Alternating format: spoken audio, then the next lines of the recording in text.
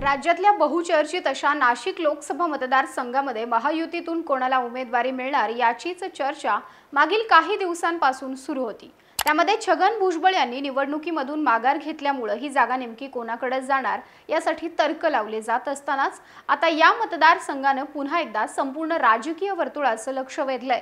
नाशिक लोकसभा मतदारसंघामधून छगन भुजबळ यांनी माघार घेतली असली तरीही त्यांचे विश्वासू सहकारी दिलीप खैरे यांनी अर्ज घेतलाय।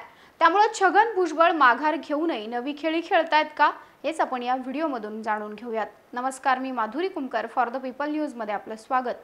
व्हिडिओला सुरुवात करण्यापूर्वी आपण फॉर द पीपलला सबस्क्राइब, लाईक व फॉलो कराल। पोस्ट ग्रॅज्युएट डिग्री कोर्सच्या माध्यमातून परिपूर्ण राजकीय नेतृत्व घडवणारं आणि प्राध्यापक राहुल कराड यांच्या संकल्पनेतून साकारलेलं भारतातील पहिलं institute MIT school of government presents जागर लोकशाहीचा। नाशिकचा तिढा अजूनही सुटलेला नसून अनेक इच्छुकांचा जीव भांड्यात अडकलाय। खरं तर नाशिक लोकसभा मतदारसंघामध्ये शिवसेनेचा विद्यमान खासदार आहे। त्यामुळे शिवसेना शिंदे गटाचे विद्यमान खासदार हेमंत गोडसे यांनी मोठी ताकद पणाला लावली आहे। गोडसेंनी मुख्यमंत्री एकनाथ शिंदे यांच्या आतापर्यंत तब्बल 10 ते 12 वेळा भेटी घेतलेल्या आहेत। त्यामुळे गोडसे हे दावा सोडण्यास तयार नाहीत। खासदार हेमंत गोडसेंनी मतदारसंघात प्रचारही सुरू केला असून अनेक महिन्यांपासून ते प्रचार करतात। स्वतः मुख्यमंत्री शिंदेंनी त्यांना प्रचार करण्याच्या सूचना दिल्यात। शिंदे यांनी नाशिकची जागा शिवसेना लढवणार असल्याचं म्हटलंय। गोडसे यांच्या सोबत शिवसेना शिंदे गट जिल्हा प्रमुख अजय बोरस्ते यांचंही नाव चर्चेत आहे। भाजपकडून देखील नाशिक लोकसभेवर दावा सांगितला जातोय। भाजपकडून स्वामी शांतिगिरी महाराज, ॲडव्होकेट राहुल ढिकले, दिनकर पाटील इच्छुक आहेत। यासह अजित पवारांची राष्ट्रवादी नाशिक लोकसभेसाठी आग्रही आहे। मंत्री छगन भुजबळ यांनी नाशिक लोकसभेच्या रिंगणातून माघार घेतल्यानंतर अनेक राजकीय घडामोडी घडतात। छगन भुजबळ यांना मराठा समाजाकडून मोठ्या प्रमाणामध्ये विरोध होऊ शकतो असं भाजपला वाटतंय। त्यामुळे भुजबळांनी माघार घेतली असली तरी त्यांच्याच गोटातील उमेदवार दिला जाणार ही बाब इथं समोर येतेय। सैन्य आणि क्रीडा क्षेत्रात करिअर करायचे? नेताजी सुभाषचंद्र बोस सैनिकी निवासी शाळा पुणे। ॲडमिशनसाठी संपर्क 960 781 1662। एका बाजूला शिंदे गटामधून हेमंत गोडसे, अजय बोरस्ते तर भाजपकडून स्वामी शांतिगिरी महाराज इथल्या जागेसाठी बाशिंग बांधून बसलेले असतानाच दुसरीकडे दिलीप खैरे यांनी अर्ज घेतल्यानं भुजबळांच्या राजकीय खेळीची चर्चा सध्या जोरात सुरू आहे। दिलीप खैरे हे छगन भुजबळ यांचे कट्टर समर्थक मानले जातात। तसंच ते छगन भुजबळांची संघटना असलेल्या समता परिषदेचे अध्यक्ष देखील आहेत। त्यामुळे भुजबळांच्या गोटातूनच उमेदवार असणार का अशा चर्चा रंगू लागल्यात। छगन भुजबळ ओबीसींचे कडवे आणि कट्टर नेते समजले जातात।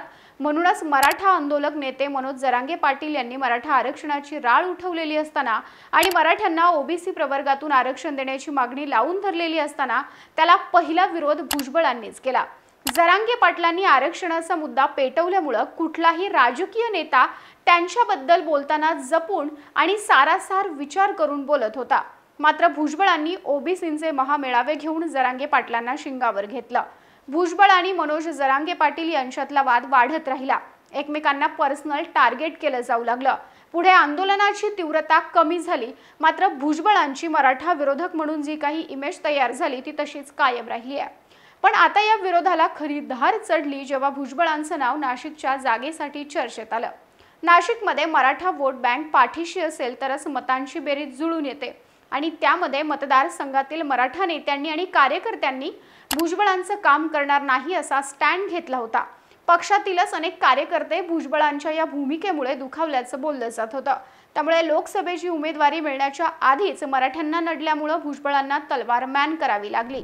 पण आता त्यांनी निवडणुकीमधून माघार घेतल्यानंतर ते आपल्याच गटातील इतर कोणा विश्वासूला उमेदवारीसाठी पुढे करतील अशी शक्यताही दूरपर्यंत कोणी व्यक्त केली नव्हती। पण ही नवी खेळी समोर आल्यामुळे आता नेमकं राजकीय समीकरण कसं असेल याचीच राजकीय चर्चा नाशिकमध्ये सुरू आहे। नाशिकमध्ये भुजबळांच्या नावासाठी असणारा नकारात्मक सूर पाहता महायुतीमध्ये आलबेल नसल्याचं चित्र समोर आलं होतं। लोकसभा निवडणुकीच्या प्रचारासाठी सुद्धा ते नाशिक बाहेर पडले नसून नाशिक मतदारसंघामधूनच सूत्र चालवत असल्याचं म्हटलं जातंय। अनेकांनी हा डमी अर्ज घेण्यात आला असून खुद्द भुजबळच या जागेवरती उभे राहू शकतात अशी दाट शक्यता वर्तवली आहे। त्यामुळे नाशिक मतदारसंघावर राष्ट्रवादीचाच दावा राहतो का हे मात्र बघावं लागेल।